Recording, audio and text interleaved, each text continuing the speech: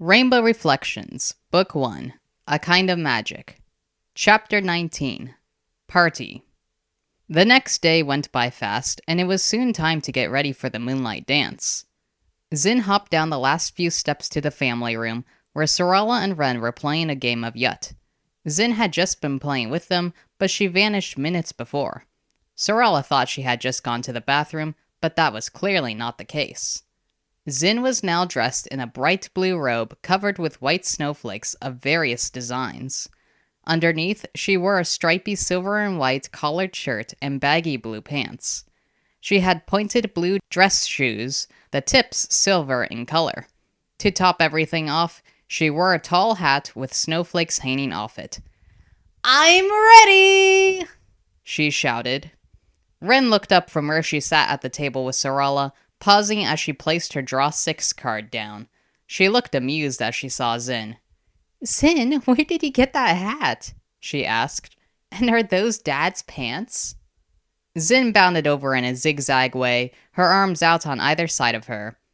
"Why aren't you dressed yet?" she demanded. "It's only 5:30, Ren pointed out. "Go get ready!" Zin ordered. "Now! You only have 30 minutes until it begins!" Ren rolled her eyes. "Yes, so wise one," she scoffed. She looked to Sorala and chuckled. "Looks like you're saved from drawing 6 cards. At least for now. We'll have to finish it later." "Ugh, not a draw 6, Sorala huffed.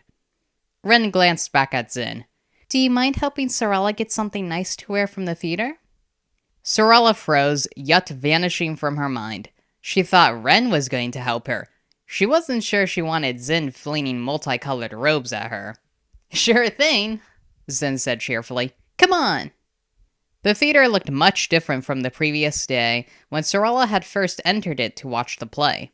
The chairs had vanished, leaving a wide dance floor. There were tables along the back wall, the kitchen staff hurrying about with cartfuls of food, drinks, trays, and utensils. The dusty smell that lingered the day before was now replaced by aromas of sweet and spicy food, as well as pine and spruce. The decorations themselves were coming along nicely. Fern was moving her hands about, causing mini winter trees to sprout from the floor. They stretched to the ceiling before falling still. Aster weaved silver garland around the trees, which lit up once placed.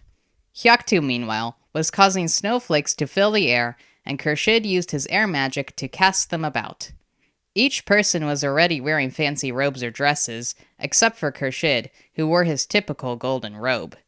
Hyaktu wore a green suit robe with black and white symbols scattered across it, a collared shirt with zigzagging green and blue stripes, and black dress pants. Fern donned a curvy suit with 2 pieces of fabric hanging down from the back. The suit itself was a vivid green with purple flowers patterned across it. Aster wore a pink and silver dress with long sleeves that ended in fluffy cuffs. Even the cooks were dressed in rainbow colors. Sorala didn't have much time to look at the other decorations, like the emerald tablecloths or the blue candles strewn about the room. She had been so focused on the magic that she nearly walked right into Zin as they reached the stage. "Come on," Zin said, hopping onto the platform. Sorala bounded up after her, and they hurried to the backstage. A large room full of props and costumes waited for them. "Here you go," Zin said cheerfully, opening a closet door full of the fanciest robes. "Have fun." Sorala looked at her in surprise as she turned around, preparing to leave. "You're not going to stay?" "Why would I?"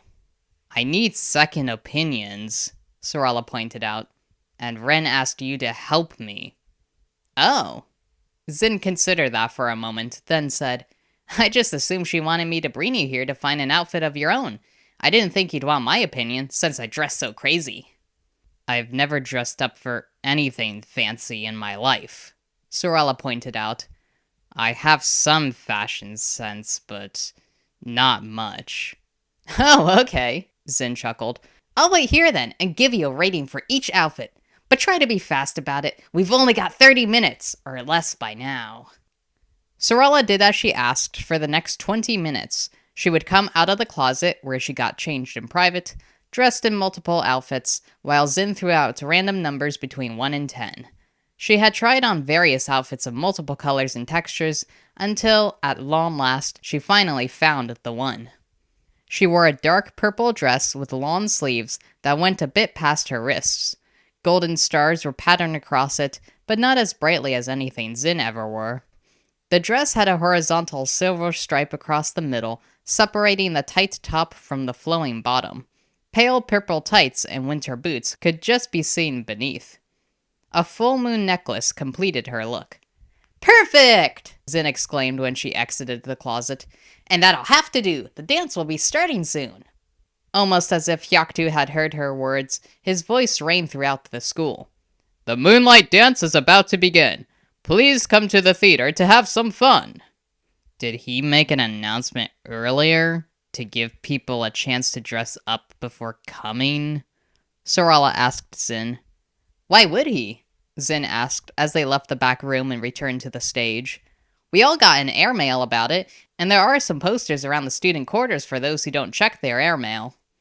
Sarala didn't have a mirror or an airmail, nor did she see any posters if they were only put up in the student quarters. The two jumped off the stage and hurried to the theater door, where Hyaktu and Aster would be checking in the students. According to Zin, wands weren't allowed at the event, so each student would have to turn out their pockets. Wands and parties were a bad mix, a fact that Zin liked to remind Hyaktu of leading up to the dance. When the school first opened, wands were allowed and disaster followed, something Hyaktu tried to forget. "Let's wait for our partners out here," Zin said, pointing to the garden nearby.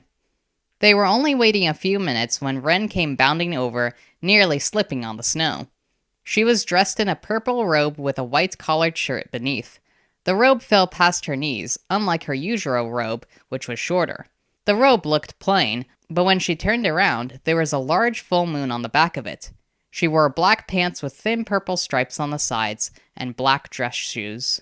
"Hey, we're matching, Sarala," Ren chuckled, pointing at Sarala's purple dress. "I guess it's a good thing we're partners." Sarala held back the smile, but knew she was blushing. "Any sign of Mint?" Zin asked Ren. "How should I know?" "Good point." "Should we go in, then?" Sarala questioned Ren. "No, let's wait for Mint," Ren replied. The three girls therefore stood, shivering in their dress clothes as a cold breeze swept through. They luckily weren't huddling for long, as Mint soon approached from the western building. Mint was wearing a bright green dress with a falling leaf pattern on it, and enormous brown boots on their feet. The green bracelet on their wrist identified them as non-binary that day. They wore a plain green jacket to cover the sleeveless dress, which simply did not go with the fancy outfit. "How do I look?" Mint asked, twiddling their thumbs nervously. "Great," Ren said at once, in a slightly higher voice than usual. Sarala and Zin did not reply. Sarala could see that Zin was regretting her choice of Mint. They joined the long line, which moved quickly.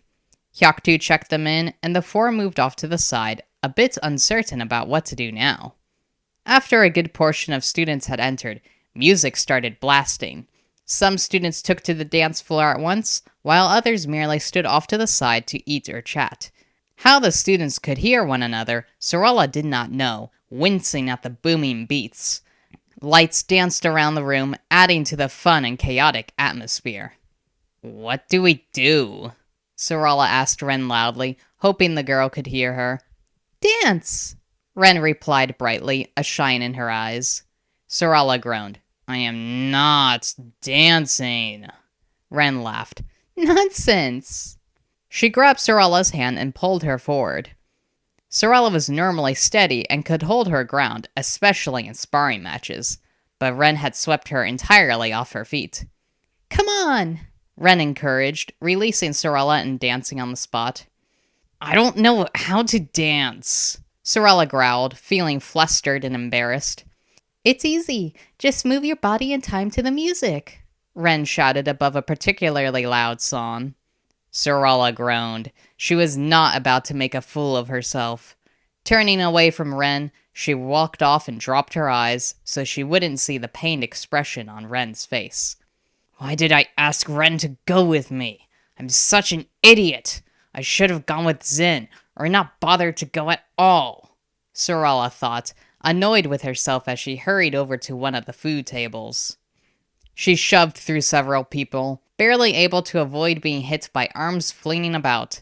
Mint almost full-on slammed a hand into her face as wildly as they were dancing. The students around them quickly shuffled out of the way, and even Zin had abandoned her partner. She finally reached the food table and saw with no surprise that C3 stood alone. He was wearing a dark green robe instead of his typical black one, but the left sleeve was still rolled up and tucked into the golden ring at his elbow. Sorala wondered briefly why he always wore the ring, and why it reminded her of something. He also wore a plain white shirt, gray vest, and black pants underneath. It was all topped off with a dull green tie to match the robe. Greetings, C3 said loudly, his voice hardly audible over the music. She glanced around, then asked, "Where's your partner at?" C3 shrugged. I came with Frost, but he went to hang out with Murnau and Raimugi. So you're alone? Basically. C3 said carelessly. I don't mind. I'd rather be here alone than with someone I don't even speak to. Sorala didn't know what to say, and didn't feel like shouting a response. C3 stared at her for a long moment, then signaled to the food. Have you tried any of this food yet? It's actually much more magic-filled than the typical food we eat. C3 was soon pointing to each dish on the table. That's a Frosty-ful, like a waffle. That's a crackling cracker, which explodes at random points. That's snowy shortbread. Over there are chocolate cloud clusters. Those are powdered pine pasties, which aren't actually pine trees, of course. That's gingerbread glory. And that last dish over there is blizzard beans. There's also winter wine, which is juice, not alcohol. Cold crystal water, which is different from regular water. Fizzing fire pop, and stormy smoothies. Sorala gazed at him for several long moments, then turned and walked away. There was no way she was going to stand around at the dance with C3, especially if he was going to nerd over the different types of food. She walked to another food table, remaining on the edge of the dancing students. The music seemed to have been turned down a bit in volume, or she was going deaf. She glanced at the crowd. There were Raimugi and Murnau dancing energetically with each other as Frost watched on grumpily. Moon danced alone like Mint, but she was much more controlled and merely seemed to be waving her hands in the air. A bit farther away, Aster was prancing about, lifting his knees high as he hopped like a deer rather than danced. Several students watched him with large grins on their faces, clearly laughing. Everyone was having so much fun. But was Ren? Sorala wished she hadn't left her friend, yet what was she supposed to do? She didn't know how to dance, and there were too many people, too much noise, too many aromas that made her stomach twist, and too many dazzling lights that made her dizzy. Sorala! She was surprised she even heard the yell, and glanced up to see Ren and Zin headed her way. She forced her stiff legs to hold her in place, though all she wanted to do was run away. How could she face Ren after asking her to the dance, just to leave her dancing alone? Are you okay? Ren shouted as the music got loud again. Zin scowled, then grabbed Ren and Sorala, dragging them both towards the door. Fern was standing there and opened the door to allow them outside. They weren't the only students outdoors, as a few other students had gone out to take a break from the noise and heat. Now we can hear each other better, Zin said. Are you okay? Ren repeated to Sorala. Sorala shrugged. It's too much for me, she muttered, her ears pounding and her stomach still clenching. It's a dance, Ren said with a shrug. It's kind of what happens. Sorala rubbed at her forehead, hoping she wouldn't get a headache. Not knowing how to respond, she merely wanted to leave the dance behind. However, she also didn't want to do that to Ren. considering she broke up with Frost early just to go with Sorala. We can stay out here if you want, Ren said. Yeah, we can still hear the music, Zim pointed out. Though that song sucks and I wish we couldn't, she added with a dark look towards the theater. Ren snorted in laughter. Oh, Zin. You might as well just go back in and enjoy yourselves, Sorala grunted. I'd just get in the way. She looked up at Ren for a moment, then lowered her eyes as she muttered, I'm sorry, Ren, but I just can't do this. She turned and headed for the nearby garden, seeking shelter from both the cold and her friends. She clenched her jaw bitterly, wishing she was stronger. Sorala was a bit surprised that the sisters didn't chase after her, but she was glad to see that she was alone. Finding a bench amongst the twisted trees and bare bushes, she sat down. I'm such an idiot, she thought again and again. She didn't know how long she sat there for, but she suddenly realized that she wasn't alone. Pulling herself out of her head instantly, she scanned the undergrowth around her. She narrowed her eyes as she got slowly to her feet, searching behind and above her. That's when she heard a small rustle to her right. She snapped her gaze in that direction, flicking her eyes to and fro, trying to catch any sign of movement. There! But she had nothing to worry about. It was just C3. The boy staggered through the bushes, eyes scanning the plants and an excited smile on his face. He looked up as he noticed Sorella standing only meters away, staring at him. His mouth quickly fell into a neutral line as he saw her. Oh, Sorala, he said plainly. What are you doing out here? I could ask you the same thing, she huffed. What are you looking for? Nothing, C3 said. She cast him a skeptical look. Fine, I might have seen a spirit over here, but there is apparently nothing, as I can't find anything, C3 said, eyeing her closely. I've been searching this garden for a while now.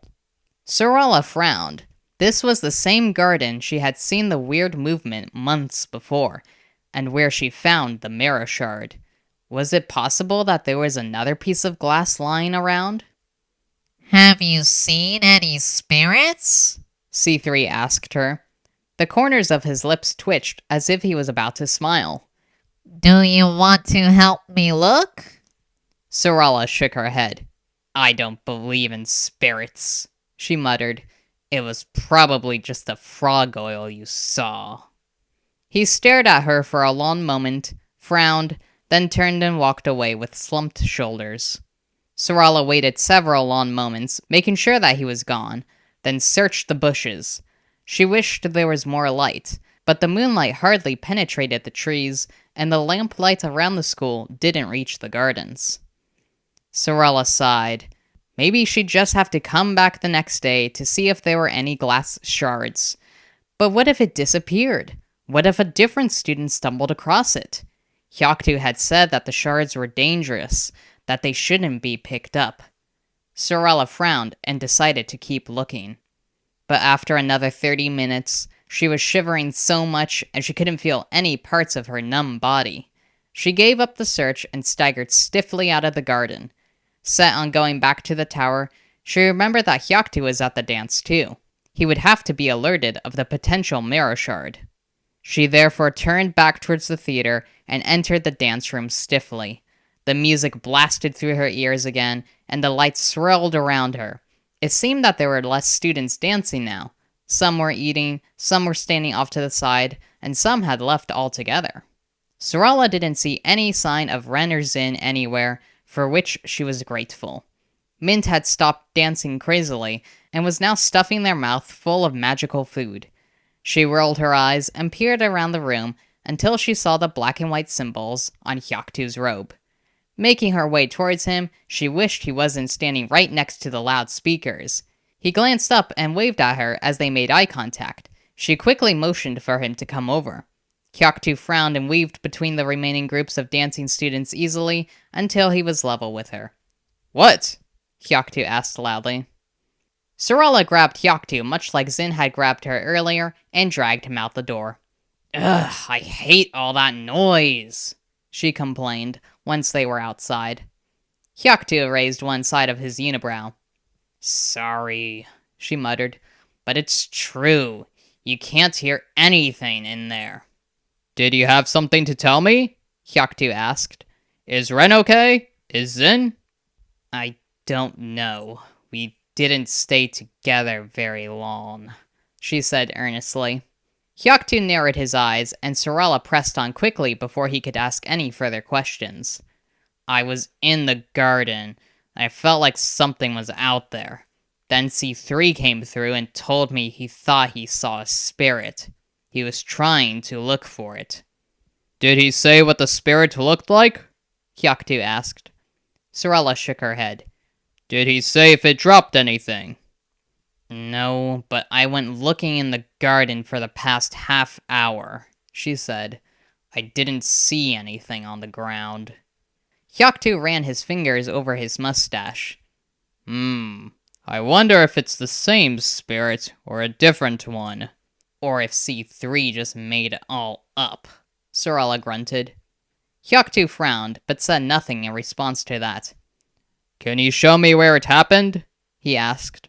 Sorella nodded and led the way back to the garden, wishing she could go inside and get warmed up, but she could rest after she was done with her task. She pushed through the bushes until she found the bench she had been sitting at. Then she pointed out the spot where she saw C3 and motioned to the areas she checked. Hyaktu nodded slowly. You may go back inside. You look like you're freezing. I'll take over from here. But what are you going to do? Sorella queried. Look for any objects the spirit might have dropped, he told her simply, and see if the frog oils noticed anything. Sorella shrugged. Good luck, then. She was set on heading back to the tower, but her feet carried her to the theater. She had to tell Ren and Zin what she saw. But what if Ren didn't want to talk to her? She stopped in her tracks a few feet from the door, her heart beating rapidly. After all, she had abandoned the very person she was determined to bring to the dance. I have to find her, make this up to her somehow. She searched through the groups of students, but she didn't see Ren or Zin anywhere. After circling around 3 times, Sorella gave up and stopped by a food table. She hadn't eaten dinner, as dinner hadn't been served since there was food at the dance, so she was quite hungry. But at the same time, she felt too guilty to eat, her stomach twisting more the longer she stared at the food. She sighed and turned her back on the table. I don't deserve to eat, she thought glumly. Sorella therefore left the theater, her knotted stomach growling. Shut up, she told it. You've had it much worse before. One night without food isn't that bad. Be glad it isn't 3 days. Sorella soon reached the Tai Chi studio and went inside. She walked over to the tower door and knocked loudly, knowing it'd be locked. A moment later, Zin opened the door for her. I was wondering when you'd turn up, Zin said. Is Ren here too? Obviously. Why? Sorella peered around the family room as she entered, but Ren wasn't there. She must be in her room. You going to answer, or are you just going to stand there like a statue? Zin asked sarcastically. Sorella shot a glare at her, then headed for the stairs. She went up without a glance back, reaching Ren's bedroom and knocking on the door. Go away, Sorella sighed. What if I was Zin? She asked. Would you let me in then? The door opened, and Ren glared out at her. Her eyes were a bit red, and it looked like she had been crying. Sorella felt even more guilty for leaving her at the dance. What do you want? Ren snapped. You asked me out to the dance just to leave me alone the entire time. What was the point of that? I'm sorry. I couldn't stand the noise and all the people. And you couldn't just put up with it for 5 minutes? Ren growled. You said you'd do at least 5 minutes. I would have been happy with 5 minutes or even 2. I'm sorry, Sorella repeated, shifting uneasily. I did go back to look for you, for what it's worth. But that music was terrible, and all those people. Ren snorted in disbelief at that. We eat around all those people all the time. But it was different with all the loud noise and bright lights and. Sorella shivered. Ren's expression softened, but she did not reply. Not knowing what else to say, Sorella grumbled, I was out in the garden, and C3 came in claiming he saw a spirit. So I thought there might have been another mirror shard lying around. I went to tell your dad about it, and he's searching the garden now. Ren perked up at this, momentarily forgetting her anger with Sorella. Another mirror shard? I wonder what that would mean if there was another one. Sorella shrugged. That's why I was gone so long. But I did plan on going back to dance with you. Ren smiled. Really? Then her face hardened. Well, too bad you didn't come back sooner. It's too late. Ren, I'm going to bed. I'll see you tomorrow, Ren said stiffly. She closed the door in Sorella's face. Sorella sighed, knowing she deserved it. I hope this doesn't come between us. Why am I such an idiot?